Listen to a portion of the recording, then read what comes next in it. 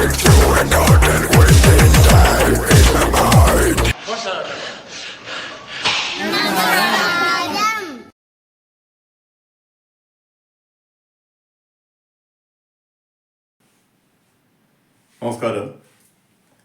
Arnold Schwarzenegger ജീവിതവൈദ്യത്തിൻ്റെ പര്യായം chapter 11 pumping iron. George ബട്ട്ലറുടെ അതിനകം വൻ ഹിറ്റായി കഴിഞ്ഞ പമ്പിംഗ് അയൺ എന്ന ബുക്ക് സിനിമ ഷൂട്ടിംഗ് നടന്നുകൊണ്ടിരിക്കുന്നു. പ്രധാനപ്പെട്ട ഭാഗങ്ങൾ ഗോൾസ് ജിമ്മിലും 1975 മിസ്റ്റർ ഒളിമ്പ്യ ഈവൻറ്റിലും നടന്നു. പക്ഷേ ജോർജ് ബട്ട്ലർ ആദ്യമായി ഒരു സിനിമ ചെയ്യാണ്. അദ്ദേഹത്തിൻ്റെ സിനിമയെക്കുറിച്ചുള്ള പല ധാരണകളും തെറ്റായിരുന്നു എന്ന് മനസ്സിലായി. വെറുതെ ഷൂട്ടിംഗ് നടന്നതുകൊണ്ട് മാത്രം ഒരു സിനിമയാവില്ല, അതിന് മറ്റൊരുപാട് ചിലവുകളുണ്ട്. ഷൂട്ടിങ്ങിൻ്റെ ഒരു പകുതിയൊക്കെ ആയപ്പോഴേ കയ്യിലുള്ള പൈസ എല്ലാം തീർന്നു. പ്രധാനമായിട്ട് അദ്ദേഹത്തിൻ്റെ ഈ ഷൂട്ടിങ്ങിന് വേണ്ടി ചിലവാക്കിയത് ആ ബുക്കിൽ നിന്ന് കിട്ടിയ റോയൽറ്റി തന്നെയാണ്. വേറെ അങ്ങനെ അധികം സാമ്പത്തികമായിട്ട് ഉന്നതിയിൽ നിൽക്കുന്ന ഒരു വ്യക്തി ആയിരുന്നില്ല. ആ ഒരു പ്രതിസന്ധി എല്ലാവരും കൂടിയിരുന്ന് ആലോചിച്ചു. അങ്ങനെ അവരൊരു തീരുമാനത്തിലെത്തി. ന്യൂയോർക്ക് സിറ്റി ആർട്ട് ഗാലറിയിൽ ഒരു ബോഡി ബിൽഡിംഗ് ഷോ നടത്തുക. അത് അതുവരെ കണ്ടിരുന്ന ബോഡി ബിൽഡിംഗ് ഷോയിൽ നിന്ന് വ്യത്യസ്തമായി, അതായത് പുരാതന ഗ്രീക്ക് ശില്പങ്ങൾ, മനുഷ്യ സൗന്ദര്യത്തിൻ്റെ പാരമ്യത്തിൽ നിൽക്കുന്ന ഗ്രീക്ക് ശില്പങ്ങൾ, ഡാവിഞ്ചിയും മൈക്കൽ ആഞ്ചലോയും പോലുള്ള ശില്പികൾ ഉണ്ടാക്കിയ ശില്പങ്ങൾ, ആ ശില്പങ്ങളുടെ മുമ്പിൽ അതേ രീതിയിൽ ബോഡി പോസ് ചെയ്യുക. കാണുന്നവർക്ക് ഒരു പ്രത്യേക ഫീലിംഗ് വരണം. ബോഡി ബിൽഡിംഗ് എന്നുള്ള ഒരു കല പ്രാക്ടീസ് ചെയ്യുന്നവർക്ക് ശരീരം ആ ഒരു പെർഫെക്ഷൻ ലെവലിലേക്ക് മാറും എന്ന് ബോധ്യം വരുത്തുന്ന രീതിയിലുള്ള ഒരു ഷോ. അതുകൊണ്ട് തന്നെ നല്ല രീതിയിൽ പരസ്യം കിട്ടി. പക്ഷേ ആ ഷോ നടക്കുന്ന അന്ന് രാത്രി സിറ്റിയിൽ അതിശക്തമായ കൊടുങ്കാറ്റും മഞ്ഞും.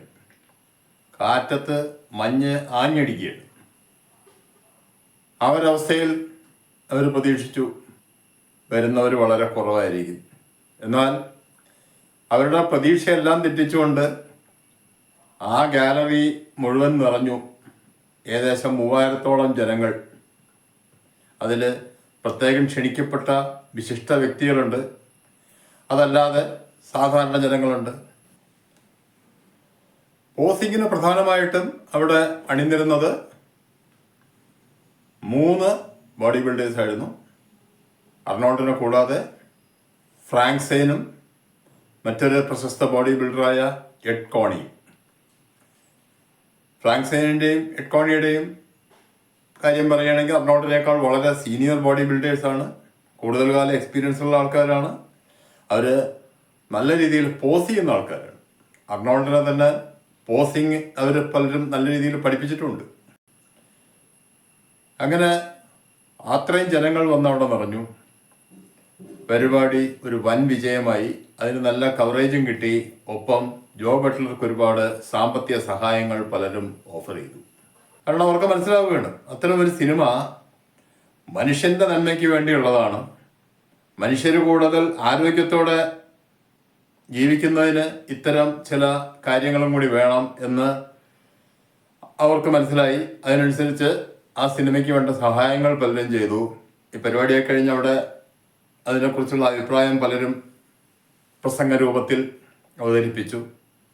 അതിൽ ഒരു കോളേജ് പ്രൊഫസർ മാത്രം മറ്റൊരു രീതിയിലാണ് അത് അവതരിപ്പിച്ചത്.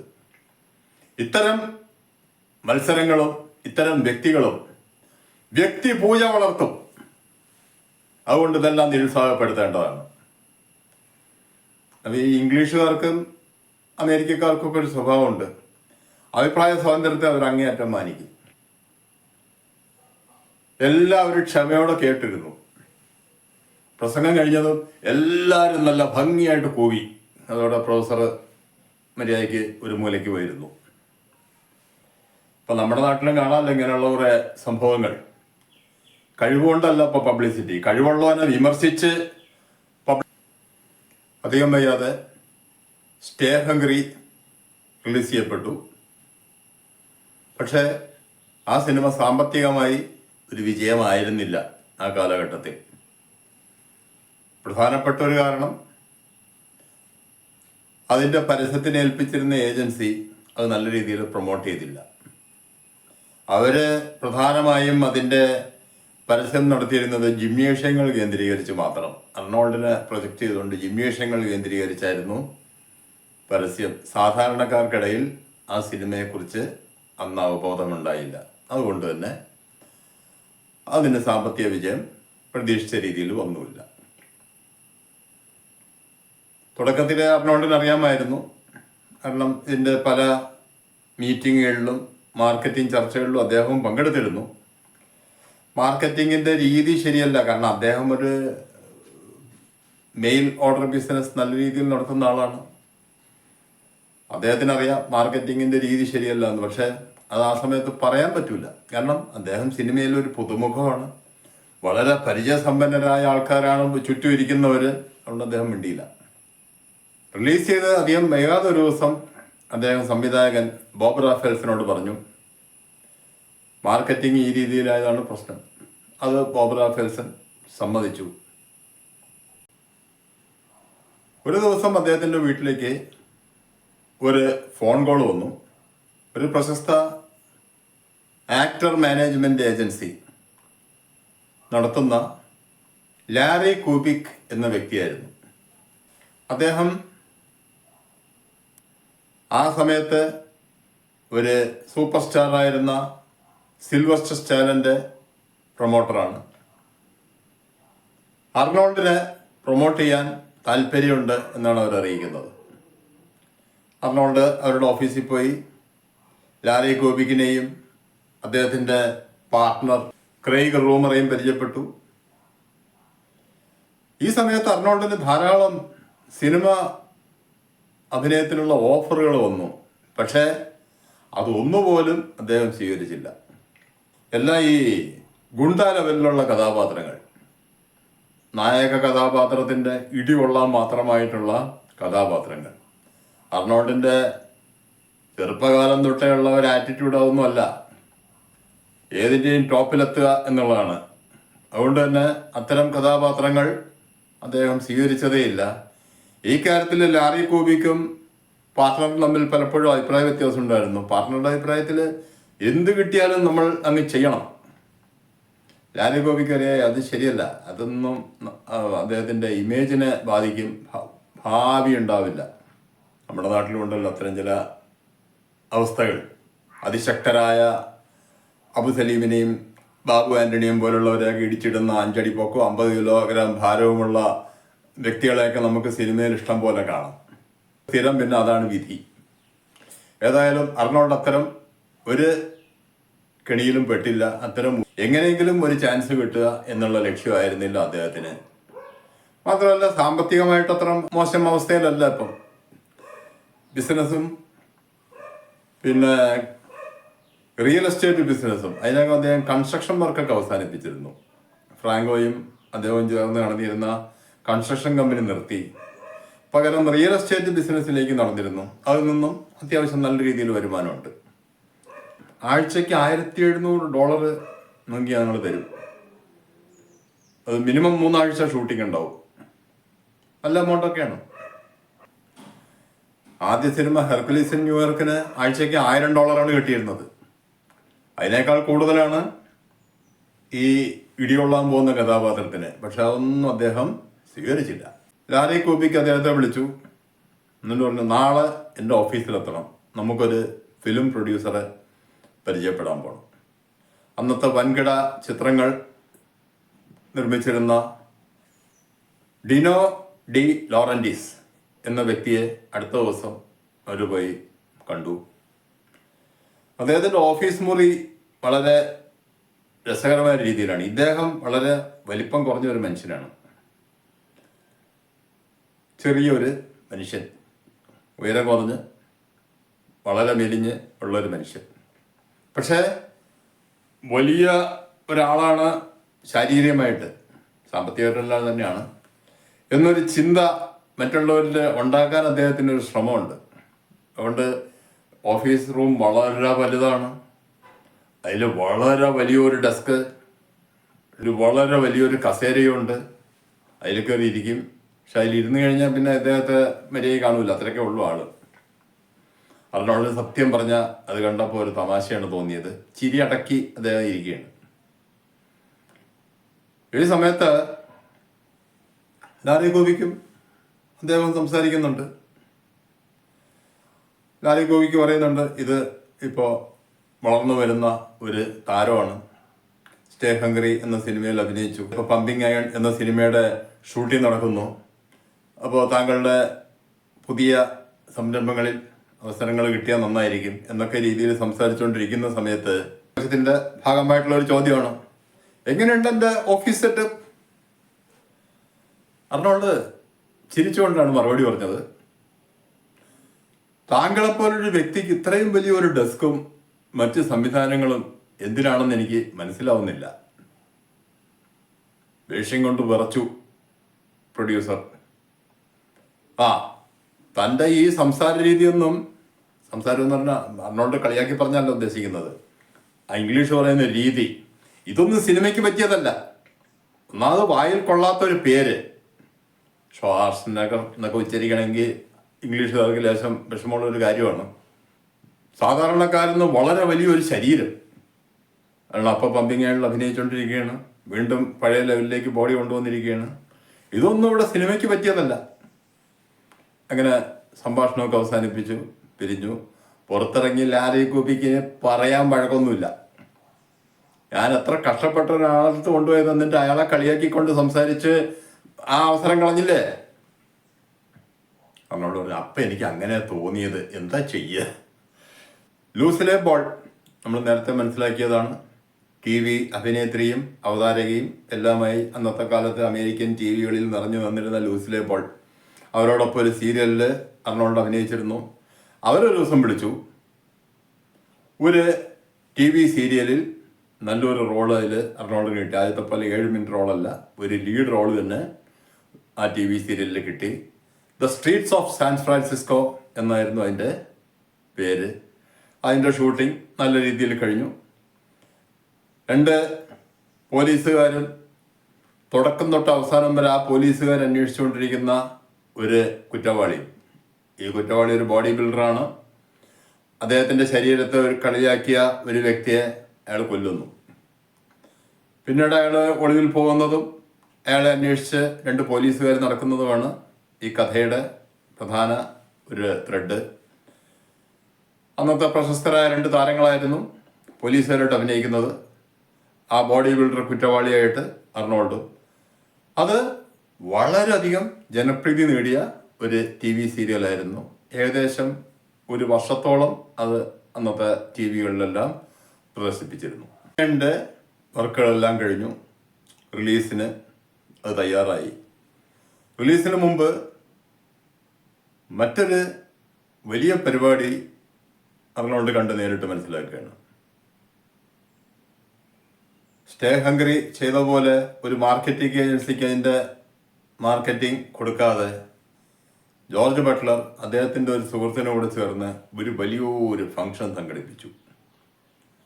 ആ ഫംഗ്ഷനിൽ അദ്ദേഹത്തിൻ്റെ വ്യക്തിബന്ധങ്ങളിലുള്ള ഒരുപാട് ജേർണലിസ്റ്റുകളും പിന്നെ സിനിമാ നടന്മാർ, സിനിമയുടെ വിവിധ മേഖലകളിൽ പ്രവർത്തിക്കുന്ന ആൾക്കാർ, അങ്ങനെ ഒരുപാട് വിശിഷ്ട വ്യക്തികൾ പങ്കെടുക്കുന്ന ഒരു ചടങ്ങിൽ വെച്ചാണ് ജോർജ് ബട്ട്ലർ ഇങ്ങനൊരു സിനിമയുടെ റിലീസ് കാര്യം അനൗൺസ് ചെയ്യുന്നത്. ആ പത്രങ്ങളും ബാക്കി മാധ്യമങ്ങളും എല്ലാം അപ്പോൾ അതുകൊണ്ട് അതിന് നല്ല പ്രചാരണം കൊടുത്തു. അങ്ങനെ അതിൻ്റെ റിലീസ് ഡേറ്റും ഫിക്സ് ചെയ്തു. അപ്പോഴാണ് അടുത്ത ന്യൂസ് വരുന്നത്, സ്റ്റേ ഹംഗ്രിയിൽ അഭിനയത്തിന് അർണോൾഡിന് ഗോൾഡൻ ഗേറ്റ് പുരസ്കാരം കിട്ടുന്നു, ഏറ്റവും നല്ല പുതുമുഖ നടനുള്ള പുരസ്കാരം. ഗോൾഡൻ ഗ്ലോബ് പുരസ്കാരം വിതരണം ചെയ്യുന്ന വേദിയിൽ പല പുതിയ ബന്ധങ്ങളും അദ്ദേഹത്തിന് ഉണ്ടാവുകയാണ്. അന്ന് അവിടെ വെച്ച് ആദ്യമായി കണ്ടുമുട്ടിയ ഒരു വ്യക്തിയാണ്. പിന്നീട് വളരെ കാലം സിനിമാ ഫീൽഡിൽ ബദ്ധ എതിരാളികളും വ്യക്തിജീവിതത്തിൽ സുഹൃത്തുക്കളുമായിരുന്ന സിൽവസ്റ്റർ സ്റ്റാലൻ്റെ റോക്കി എന്ന സിനിമയ്ക്കും ഒരു ഗോൾഡൻ ഗ്ലോബ് അവാർഡ് ഉണ്ടായിരുന്നു. കൂടാതെ ആ ഫംഗ്ഷൻ്റെ ഒരു മെയിൻ അട്രാക്ഷനായിരുന്നു കൊല്ലപ്പെട്ട അമേരിക്കൻ പ്രസിഡന്റ് ജോൺ എഫ് കെന്നഡിയുടെ വൈഫ് ജാക്വലിൻ. അവർ മറ്റൊരു വിവാഹം കഴിച്ചു. ജാക്വലിൻ ഒനാസിസ് എന്ന പേരിലാണ് അറിയപ്പെട്ടിരുന്നത്. അവരവിടെ ഉണ്ടായിരുന്നു. അവർ അർണോൾഡിനെ വന്ന് പരിചയപ്പെട്ടു. ബോഡി ബിൽഡിങ്ങിനെ കുറിച്ചും സ്പോർട്സ് പരമായിട്ട് ബന്ധപ്പെട്ട പല കാര്യങ്ങളെക്കുറിച്ചും നല്ല താല്പര്യമുള്ള ഒരു വ്യക്തിയായിരുന്നു അവർ. അതുകൊണ്ട് തന്നെ അതിനെക്കുറിച്ചൊക്കെ ഒരുപാട് നേരം സംസാരിച്ചു. കൂട്ടത്തിൽ അവർ ചോദിച്ചു, ഈ എൻ്റെ മകൻ 17 വയസ്സായി, അവനിപ്പോൾ ബോഡി ബിൽഡിങ് തുടങ്ങാൻ പറ്റിയ ഒരു അവസരമല്ലേ? അർണോൾഡ് പറഞ്ഞു, ഞാൻ 15 വയസ്സിലാണ് തുടങ്ങിയത്, ഇപ്പോഴൊക്കെയാണ് ഇത് തുടങ്ങേണ്ട സമയം. അങ്ങനെ അവർ കുറച്ചു നേരം സംസാരിച്ച് 2 ആഴ്ച കഴിഞ്ഞ് പമ്പിങ് ആൻഡ് റിലീസ്, അതിൻ്റെ ഫസ്റ്റ് ഷോയ്ക്കും ഈ പറഞ്ഞ ക്ഷണിക്കപ്പെട്ട ഒരുപാട് ആൾക്കാരുണ്ടായിരുന്നു. ജോർജ് ബട്ട്ലറുടെ പ്രത്യേക താല്പര്യം അനുസരിച്ച് വീണ്ടും വരികയാണ് ജാക്വലിൻ ഒനാസിസ്. ആ സമയത്ത് അവരുടെ കൂടെ മകനും ഉണ്ടായിരുന്നു. ഈ പറഞ്ഞ 17 വയസ്സുണ്ട് എന്ന് പറഞ്ഞ ജോൺ എഫ് കെന്നഡിയുടെ മകൻ, ജോൺ എഫ് കെന്നഡി ജൂനിയർ. അവരെ പരിചയപ്പെട്ടു. കെന്നഡി കുടുംബത്തിലെ 1-2 മറ്റുള്ള വ്യക്തികളെയും കൂടി അവർ കൊണ്ടുവന്നിരുന്നു. എല്ലാവരുമായിട്ടും അർണോൾഡ് പെട്ടെന്ന് തന്നെ സൗഹൃദത്തിലായി. അപ്പോൾ വ്യക്തിജീവിതത്തിലെ രസകരമായ ഒരു അനുഭവം കൂടിയുണ്ട്. അർണോൾഡ് ആദ്യമായിട്ടൊരു ഫുൾ സ്യൂട്ട് അണിഞ്ഞ് വരുന്ന ഒരു വേദിയായിരുന്നു അത്. സാധാരണ രീതിയിൽ ഒരു ഷർട്ട്, പാൻസ്, ഷൂസ്, ഇത്രയാണ് വേഷം. പക്ഷെ ഇവിടെ വലിയ വിശിഷ്ട വ്യക്തികളൊക്കെ വരുമ്പോൾ അതിനനുസരിച്ചുള്ള ഒരു വേഷമൊക്കെ വേണമല്ലോ. ഇത് കിട്ടാനായിരുന്നു പണി. റെഡിമെയ്ഡ് ഷോപ്പുകളിലൊക്കെ പോയി കഴിഞ്ഞാൽ വലിയ ചെസ്റ്റ്, അതിനനുസരിച്ചുള്ള ഒരു സൂട്ട് എടുത്തു കഴിഞ്ഞാൽ അതിൻ്റെ അരഭാഗം അങ്ങനെ വിശാലമായി കിടക്കും. സാധാരണ മനുഷ്യരുടെയൊക്കെ ഷേപ്പ് അങ്ങനെയാണല്ലോ. 57 ഇഞ്ച് ചെസ്റ്റും 32 ഇഞ്ച് വേസ്റ്റും ഉള്ള ഒരു വ്യക്തിക്ക് പറ്റിയ ഒരു സ്യൂട്ട് ആ സമയത്ത് എവിടെയുമില്ല. ഇപ്പോഴും ഉണ്ടോയെന്ന് സംശയമാണ്. ഇതറിഞ്ഞ നമ്മുടെ പ്രൊമോട്ടർ ടൈലറെ പെട്ടെന്ന് തന്നെ ഇടപാട് ചെയ്തു. അതിനുള്ള തുണികളൊക്കെ റെഡിയാക്കി. അങ്ങനെ ആ ടൈലർ വളരെ പെട്ടെന്ന് തന്നെ ഒരു സ്യൂട്ടൊക്കെ തുന്നി കൊടുത്തു. അതുകൊണ്ട് ആദ്യമായിട്ട് അതും ധരിച്ച് അദ്ദേഹം പമ്പിങ് ആൻഡ് ഫസ്റ്റ് ഷോയ്ക്ക് അവിടെ എത്തി. ആ ചടങ്ങിലേക്ക് മറ്റൊരു വ്യക്തിയും കൂടി അർണോൾഡിൻ്റെ ക്ഷണപ്രകാരം വന്നിരുന്നു. അത് മറ്റാരുമല്ല, അദ്ദേഹത്തിൻ്റെ അമ്മ തന്നെയായിരുന്നു. ഓസ്ട്രിയക്ക് ടിക്കറ്റൊക്കെ അയച്ചു കൊടുത്ത് അങ്ങനെ അമ്മ അവിടേക്ക് എത്തിയിട്ടുണ്ട്. അമ്മയും പഴയ പ്രസിഡന്റ് കെന്നഡിയുടെ വൈഫും ജാക്വലിൻ ഒനാസിസ് തമ്മിൽ പരിചയപ്പെട്ടു. അവർ കുറേ നേരം സംസാരിച്ചിരുന്നു. ഏറ്റവും വലിയ വിശേഷം, അമ്മയ്ക്ക് ഇംഗ്ലീഷും അറിയില്ല, അവർക്ക് ജർമ്മനും അറിയില്ല. മുറി ഇംഗ്ലീഷ് ഇവർ പറയും, കൂട്ടത്തിൽ കുറേ ജർമ്മനും പറയും. അർണോൾഡ് ഇതെല്ലാം ട്രാൻസ്ലേറ്റ് ചെയ്ത് കൊടുക്കും. അവിടെ നിന്ന് അവർ ഇംഗ്ലീഷിൽ പറയുന്നത് തിരിച്ചും ട്രാൻസ്ലേറ്റ് ചെയ്ത് കൊടുക്കും ജർമ്മനിൽ. അർണോൾഡിൻ്റെ അമ്മ എന്നുള്ള നിലയ്ക്കുള്ള ഒരു VIP ട്രീറ്റ്മെൻറ്റ് അതൊക്കെ കണ്ട് അവരിങ്ങനെ ഞെട്ടുകയാണ്. അവരൊരിക്കലും പ്രതീക്ഷിച്ച ഒരു നിലയിലല്ല മകൻ. നമ്മൾ നേരത്തെ പറഞ്ഞാണ്, മകൻ അവിടെ ഒരു പോലീസ് ഓഫീസറായി കുടുംബവും നോക്കി വീട്ടിൽ ഇരിക്കും എന്നൊക്കെ ആയിരുന്നു അമ്മയുടെയും അച്ഛൻ്റെയൊക്കെ ചിന്ത. പകരം മകൻ ലോകം മുഴുവൻ അറിയപ്പെടുന്ന ഒരു ബോഡി ബിൽഡറും സിനിമാ സ്റ്റാറും ഒക്കെ ആവുന്നു. അത് അദ്ദേഹത്തിന് കിട്ടിയ മറ്റൊരു അംഗീകാരമായിരുന്നു. ലോകപ്രശസ്തമായ പാരീസിൽ നടക്കുന്ന കാൻസ് ഫിലിം ഫെസ്റ്റിവലിലേക്ക് അദ്ദേഹം ക്ഷണിക്കപ്പെടുന്നു. അങ്ങോട്ട് ക്ഷണിക്കപ്പെടുന്നത് തന്നെ ഒരു വലിയ ബഹുമതിയാണ്. സാധാരണ ഒരു പുതുമുഖ താരത്തിന് കിട്ടാത്ത ഒരു ബഹുമതി തന്നെയായിരുന്നു അത്. ഏതായാലും അദ്ദേഹം അന്ന് അവിടേക്ക് ക്ഷണിക്കപ്പെട്ടു. അധികം വൈകാതെ അദ്ദേഹം പാരീസിലെത്തി. അവിടെ വെച്ച് അദ്ദേഹം അന്നത്തെ ഒരു സൂപ്പർ സ്റ്റാർ നടൻ ചാൾസ് ബ്രോൺസനെ പരിചയപ്പെട്ടു. അവർ ഒരു മേശയിൽ അടുത്തടുത്തിരുന്ന് അത്യാവശ്യം ലഘുപാനീയങ്ങളൊക്കെ കഴിച്ച് വളരെ നേരം സംസാരിച്ചിരുന്നു. അതിനിടയിൽ രസകരമായ ഒരു സംഭവം അദ്ദേഹം കണ്ടു. കാരണം ഈ ചാൾസ് ബ്രോൺസൺ, ഞാൻ പറഞ്ഞല്ലോ, അമേരിക്കയിലെ സൂപ്പർ സ്റ്റാറാണ്. അദ്ദേഹത്തെ ഒന്ന് പരിചയപ്പെടാനും കൂടെ ഒന്ന് ഫോട്ടോ എടുക്കാനും, അന്ന് സെൽഫിയുടെ കാലമല്ല, സാധാരണ ഫോട്ടോ ഒക്കെ ആൾക്കാർ, പ്രത്യേകിച്ച് സ്ത്രീ ജനങ്ങൾ, വലിയ മത്സരമാണ്. അന്ന് സുന്ദരിയായ ഒരു പെൺകുട്ടി അദ്ദേഹത്തിൻ്റെ അടുത്ത് വന്നു. വന്നിട്ട് പറഞ്ഞു, നല്ല കാലാവസ്ഥ, കൊള്ളാം, ചുമ്മാ എന്തെങ്കിലുമൊക്കെ പറഞ്ഞ് സംസാരിക്കണമല്ലോ. അദ്ദേഹം ഒന്നിങ്ങനെ നോക്കി, കൂടുതലൊന്നും സംസാരിച്ചില്ല. വീണ്ടും അവൾ പറഞ്ഞു, ഈ വെയിലത്തിങ്ങനെ നടക്കാനേ നല്ല രസമാണ്. അപ്പോഴും അദ്ദേഹം ഒന്നും മിണ്ടുന്നില്ല. താങ്കളെപ്പോലൊരു വ്യക്തി സിനിമാ ഫീൽഡിലെത്തിയത് അമേരിക്കയുടെ ഭാഗ്യം. അപ്പം അദ്ദേഹം അവരെ ഒന്ന് തറപ്പിച്ച് നോക്കി. എന്നിട്ട് പറഞ്ഞു, എനിക്ക് ഈ അനാവശ്യ സംസാരത്തിലൊന്നും തീരെ താല്പര്യമില്ല. ആ കുട്ടി ഞെട്ടി. കാരണം അവരൊക്കെ ഇങ്ങനെ എന്തെങ്കിലുമൊക്കെ അടുത്തോട്ട് ചെന്ന് എന്തെങ്കിലുമൊക്കെ പറഞ്ഞാൽ കുഴഞ്ഞുകൊണ്ട് നിൽക്കുന്ന ആണുങ്ങളെ കണ്ടിട്ടുള്ളൂ. ഒരു ലോസ് ആഞ്ചലസ് എത്തിയ അദ്ദേഹത്തെ നമ്മുടെ പ്രൊമോട്ടർ ലാരി ക്യൂബിക്ക് വിളിച്ചു. നിങ്ങളിപ്പോൾ ലോകപ്രശസ്തനായി മാറിക്കൊണ്ടിരിക്കുകയാണ്. അതുകൊണ്ട് ഇനി എല്ലാ പബ്ലിക് അപ്പിയറൻസിലും ഈ ഫുൾ സ്യൂട്ടിലേ പോകാവൂ. നമ്മുടെ പഴയ വേഷമൊന്നും പറ്റില്ല. ഇന്ന് നമുക്ക് ഒന്നിച്ചൊരു ഷോപ്പിങ്ങിന് പോകണം. നിങ്ങൾക്ക് പറ്റിയ കുറച്ച് സ്വീറ്റുകളുടെ തുണി എടുക്കാൻ പറ്റുള്ളൂ. തുണി എടുത്ത് തുന്നാൻ കൊടുക്കണം. ആദ്യമായിട്ട് ഒരു സ്യൂട്ട് ഇട്ടത് തന്നെ അങ്ങനെയാണല്ലോ. നമുക്ക് എടുക്കണം, എടുത്ത് നമുക്ക് തുന്നിക്കണം.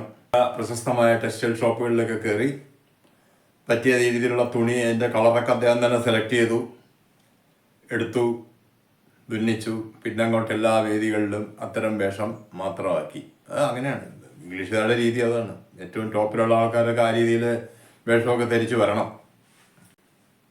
റിയൽ എസ്റ്റേറ്റ് ബിസിനസ്സിൽ നിന്ന് അതിനിടയിൽ ഒരു വൻ ലാഭം ലഭിക്കുകയാണ്. അദ്ദേഹം അപ്പോൾ താമസിച്ചുകൊണ്ടിരിക്കുന്ന അപ്പാർട്ട്മെൻറ്റ്, അത് നമുക്കറിയാം, ഒരു ഡൗൺ പേയ്മെൻറ്റ് കൊടുത്ത് വാങ്ങിച്ചു. ബാക്കി EMIക്കുള്ള പൈസ എല്ലാം അതിൻ്റെ വാടകയിൽ നിന്ന് കിട്ടും. അതിന് വൻ വിലയുമായി ഒരു ഓഫർ വന്നു. അദ്ദേഹം കണക്കെല്ലാം കൂട്ടി നോക്കിയപ്പോൾ $37,000 ആ ഒറ്റ ഇടപാടിൽ ലാഭം കിട്ടുകയാണ്. അധികം വൈകാതെ ആ അപ്പാർട്ട്മെൻറ്റ് വിറ്റു. അതിൻ്റെ ഏകദേശം 3 ഇരട്ടി വലുപ്പമുള്ള മറ്റൊരു അപ്പാർട്ട്മെൻറ്റ്, അതിൽ വാടകയ്ക്ക് കൊടുക്കാൻ 12 വീടുകളുണ്ട്, സ്വന്തം താമസം കൂടാതെ, അദ്ദേഹം വാങ്ങിച്ചു. അമേരിക്കയിൽ നടക്കുന്ന സ്പെഷ്യൽ ഒളിമ്പിക്സിൻ്റെ ഒരു ഇൻവിറ്റേഷൻ കിട്ടി. സ്പെഷ്യൽ ഒളിമ്പിക്സ് എന്ന് പറഞ്ഞാൽ നമുക്കറിയാം, വികലാംഗർക്ക് വേണ്ടി നടത്തുന്ന ഒളിമ്പിക്സാണ്.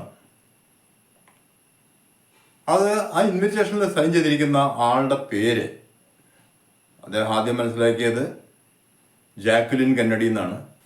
ജാക്വി കെന്നഡി എന്നായിരുന്നു ആ ഒപ്പിൻ്റെ താഴെയുള്ള പേര്.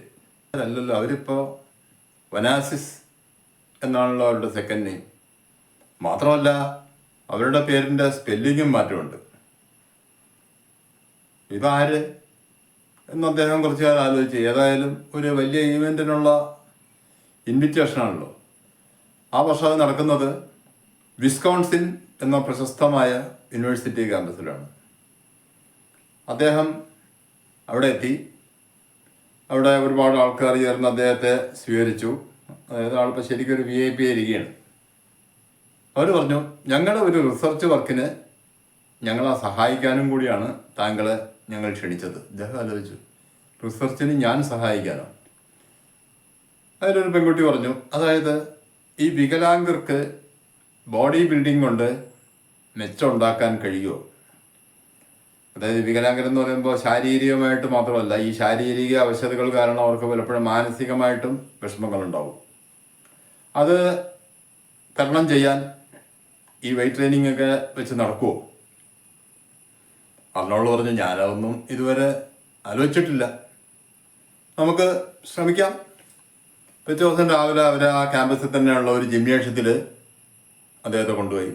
അവിടെ ആ സമയത്ത് 10 കുട്ടികളുണ്ട്. അദ്ദേഹം ആ സമയത്ത് പോയിരിക്കുന്നത് സാറിൻ്റെ ജിംനേഷ്യത്തിൽ ഇടുന്ന വേഷമൊക്കെ ഇട്ടിട്ടുണ്ട്. ഇദ്ദേഹത്തെ കണ്ടതും കുട്ടികൾ ചുറ്റും കൂടി അവർക്ക് അദ്ദേഹത്തെ അറിയില്ലെങ്കിലും അദ്ദേഹത്തിൻ്റെ മസ്കുലർ ബോഡി അത് കണ്ടവരിങ്ങനെ വന്ന് ചിലർ ബൈസെപ്സിൽ തൊട്ട് നോക്കും, ചിലർ അദ്ദേഹത്തിൻ്റെ ചെസ്റ്റിൽ തൊട്ട് നോക്കും. അങ്ങനെ കുട്ടികൾക്ക് ഭയങ്കര സന്തോഷം ഇങ്ങനൊരു ബോഡിയുള്ള ഒരാളെ കണ്ടപ്പോൾ. അത് കഴിഞ്ഞ് അദ്ദേഹം കുട്ടികൾക്ക് ചെറിയ രീതിയിൽ വെയിറ്റ് ട്രെയിനിങ് കൊടുത്തു. ആദ്യമായിട്ട് ചെയ്യിച്ചത് ബെഞ്ച് പ്രസ്. അതിന് വലിയ വെയിറ്റ് ഒന്നും ഇട്ടില്ല, ജസ്റ്റ് ഒരു ബാറും അതിൽ 2 ചെറിയ പ്ലേറ്റുകളും. ഒരു കുട്ടി മാത്രം അത് കണ്ട് ആദ്യം ബാർ എടുത്തതിന് ശേഷം ഉടനെ അത് പേടിച്ച് കരഞ്ഞു. ഉടനെ അദ്ദേഹം ആ വെയിറ്റ് അവിടെ നിന്ന് എടുത്ത് മാറ്റി ആ കുട്ടി എണീറ്റു. ബാക്കിയുള്ളവരെല്ലാം ചെയ്തു. ബാക്കി 9 പേരും ചെയ്ത് കഴിഞ്ഞപ്പോൾ ഈ കുട്ടിക്കൊരാഗ്രഹം, എനിക്ക് ഒന്നുകൂടി ചെയ്ത് നോക്കണം. അങ്ങനെ ആ കുട്ടി ബെഞ്ചിൽ കിടന്നു. അതുകൊണ്ട് അപ്പോൾ ഒരു കാര്യം ചെയ്തു, പേടിയൊന്ന് മാറ്റാനുണ്ട്. ആ 2 വെയിറ്റ് പ്ലേറ്റ് എടുത്ത് മാറ്റി, ബാറ് മാത്രം കൊടുത്തു. അത് വെച്ച് ആ കുട്ടി സുഖമായിട്ട് 10 റെപ്പ് ചെയ്തു കഴിഞ്ഞപ്പോൾ അദ്ദേഹം പറഞ്ഞു, എന്തായാലും നിന്റെ പേടിയൊക്കെ മാറിയില്ല, ഇത്രയൊക്കെ ചെയ്തില്ലേ, ഇനി നമുക്ക് ബാക്കിയുള്ളവർ ഇതുപോലെ പ്ലേറ്റൊക്കെ ഇട്ട് ചെയ്യാം. അപ്പോൾ ആ കുട്ടിക്ക് സന്തോഷമായി. അവനെ കൊണ്ട് അത്രയും കഴിയുമെന്ന് അവൻ പ്രതീക്ഷിക്കുന്നില്ല. ഇപ്പം അത്രയും ചെയ്തപ്പോൾ അവന് സന്തോഷം കൂടി. 2 പ്ലേറ്റും കൂടി ഇട്ട് കഴിഞ്ഞപ്പോൾ അവനത് 10-ൽ കൂടുതൽ റെപ്പ് എടുത്തു. എന്നിട്ട് അവൻ പറഞ്ഞു, ഇനിയും വേണം വെയിറ്റ്. പറഞ്ഞോളൂ പറഞ്ഞു. ആദ്യത്തെ ദിവസം ഇത്രയൊക്കെ തന്നെ അധികമാണ്. ഇതൊക്കെ ക്രമേണയാണ് നമ്മൾ കൂട്ടിക്കൊണ്ടുവരേണ്ടത്. എന്തായാലും ഇതെല്ലാം വാച്ച് ചെയ്തുകൊണ്ട് ആ യൂണിവേഴ്സിറ്റിയിലെ റിസർച്ച് ടീം അവിടെ നിൽപ്പുണ്ട്. അവരതിൽ നിന്ന് പല നോട്ട്സും ഉണ്ടാക്കുകയാണ്. ഒരു 2-3 ദിവസങ്ങളിലും ഇതേ പരിപാടി അവിടെ തുടർന്നു. ഓരോ ദിവസവും വരുന്ന കുട്ടികൾ വ്യത്യസ്തരായിരിക്കും. ഓരോ ദിവസവും 10 കുട്ടികളെ വീതമാണ് ആ ജിംനേഷ്യത്തിലേക്ക് കൊണ്ടുവന്നുകൊണ്ടിരിക്കുന്നത്. അങ്ങനെ അവിടെയുള്ള അത്തരം കുറേ കുട്ടികൾക്ക് ഈ രീതിയിലുള്ള ട്രെയിനിങ് അദ്ദേഹം സ്റ്റാർട്ട് ചെയ്തു. സമാപന ദിവസം അദ്ദേഹത്തിന് വേണ്ടി അവിടെ വലിയൊരു ഡിന്നർ ഒരുക്കിയിരുന്നു. ആ ഡിന്നറിൽ വെച്ച് അതിൻ്റെ ഒരു റിസർച്ച് ടീമിലെ ഒരു കുട്ടി ചോദിച്ചു, താങ്കൾ US വന്നിട്ട് എന്തെങ്കിലും പഠിക്കുകയുണ്ടായോ, അതോ അവിടെ നിന്ന് പഠിച്ചത് മാത്രമേ ഉള്ളൂ? അദ്ദേഹം പറഞ്ഞു, ഞാൻ US വന്നിട്ട് ഇപ്പോൾ ഒരുപാട് കോഴ്സുകൾ പഠിച്ചു. ഇപ്പം തന്നെ 12 കോഴ്സുകൾ പഠിച്ചു കഴിഞ്ഞു. പക്ഷേ അത് 3 യൂണിവേഴ്സിറ്റിയിലായതുകൊണ്ട് എനിക്കൊരു ഡിഗ്രി സെക്യൂർ ചെയ്യാൻ പറ്റിയിട്ടില്ല. അപ്പോൾ അവർ പറഞ്ഞു, ഞങ്ങൾക്കിപ്പോൾ ഈ യൂണിവേഴ്സിറ്റിയിൽ പുതിയൊരു സ്കീമുണ്ട്. അതായത് റെഗുലർ ക്ലാസ് അല്ലാതെ ഓപ്പൺ യൂണിവേഴ്സിറ്റി സ്കീമിൽ. അപ്പോൾ താങ്കൾ പഠിച്ച കോഴ്സുകളുടെയൊക്കെ സർട്ടിഫിക്കറ്റുകൾ വിലയിരുത്തിയിട്ട് ഞങ്ങൾ എന്താണെന്ന് വെച്ചാൽ നോക്കാം, താങ്കളത് ഞങ്ങൾക്ക് അയച്ചു തരണം. തിരിച്ച് വീട്ടിലെത്തി അദ്ദേഹം അതുവരെ പഠിച്ച 12 കോഴ്സുകളിൽ അതെല്ലാം ആ യൂണിവേഴ്സിറ്റിക്ക് അയച്ചു കൊടുത്തു. അധികം വൈകാതെ മറുപടി വന്നു, താങ്കൾ ഇനി 2 സബ്ജക്റ്റുകളും കൂടി പാസ്സായാൽ താങ്കൾക്ക് ഈ യൂണിവേഴ്സിറ്റി ഡിഗ്രി തരുന്നതായിരിക്കും. ബേസിക് സയൻസ്, രണ്ടാമത്തേത് ഫിസിക്കൽ എഡ്യൂക്കേഷൻ. അത് വായിച്ച് അദ്ദേഹം കുറേ ചിരിച്ചു. കാരണം ഫിസിക്കൽ എഡ്യൂക്കേഷൻ ആ യൂണിവേഴ്സിറ്റിയിൽ പോയി ക്ലാസ് എടുത്ത ആളെടുത്താണ് പറഞ്ഞത്, ഇനി ഫിസിക്കൽ എഡ്യൂക്കേഷൻ്റെ ഒരു കോഴ്സ് അവിടെ അറ്റൻഡ് ചെയ്യണമെന്ന്. അധികം വൈകാതെ ഒരു ദിവസം അദ്ദേഹത്തിന് മറ്റൊരു ടെലിഫോൺ കോളുകൾ വരികയാണ്. മറ്റേ തിരക്കിലുള്ളത് ബോബി സാറം എന്ന ഒരു വ്യക്തി. അദ്ദേഹം കെന്നഡി കുടുംബത്തിൻ്റെ ഒരു മാനേജറാണ്. കെന്നഡിയുടെ സഹോദരൻ റോബർട്ട് എഫ് കെന്നഡിയുടെ സ്മരണാർത്ഥം നടത്തുന്ന ഒരു ടെന്നീസ് ചാമ്പ്യൻഷിപ്പിൽ അർണോൾഡ് പങ്കെടുക്കണം. അർണോൾഡ് പറഞ്ഞു, എനിക്ക് പറ്റില്ല, എനിക്ക് ടെന്നീസൊന്നും അറിയില്ല. ബോബി സാറൻ പറഞ്ഞു, അദ്ദേഹം അർണോൾഡിൻ്റെ ഒരു ആരാധകനും കൂടിയാണ്, നല്ല രീതിയിൽ ബോഡിയൊക്കെ മെയിൻറ്റെയിൻ ചെയ്യുന്ന ഒരാളാണ്. അദ്ദേഹം പറഞ്ഞു, അതേ അങ്ങനെ പറ്റില്ല എന്ന് പറയണ്ട, ഇത് അങ്ങനെ വലിയ ഒരു സൗഹൃദ മത്സരം അത്രേ ഉള്ളൂ. നിങ്ങൾ കുറച്ച് ടെന്നീസൊക്കെ അവിടെ നിന്ന് എവിടെന്നെങ്കിലും പ്രാക്ടീസ് ചെയ്തിട്ട് വരിക. ഇതിപ്പോൾ വളരെ ചുരുങ്ങിയ ആൾക്കാരെ മാത്രം ക്ഷണിക്കുന്ന ഒരു പരിപാടിയാണ്. ഈ ഒരു പരിപാടിക്ക് ഒരു കെന്നഡി കുടുംബത്തിൽ നിന്ന് ഒരു ക്ഷണം കിട്ടുക എന്ന് പറയുന്നത് തന്നെ ഒരു ബഹുമതിയാണ്.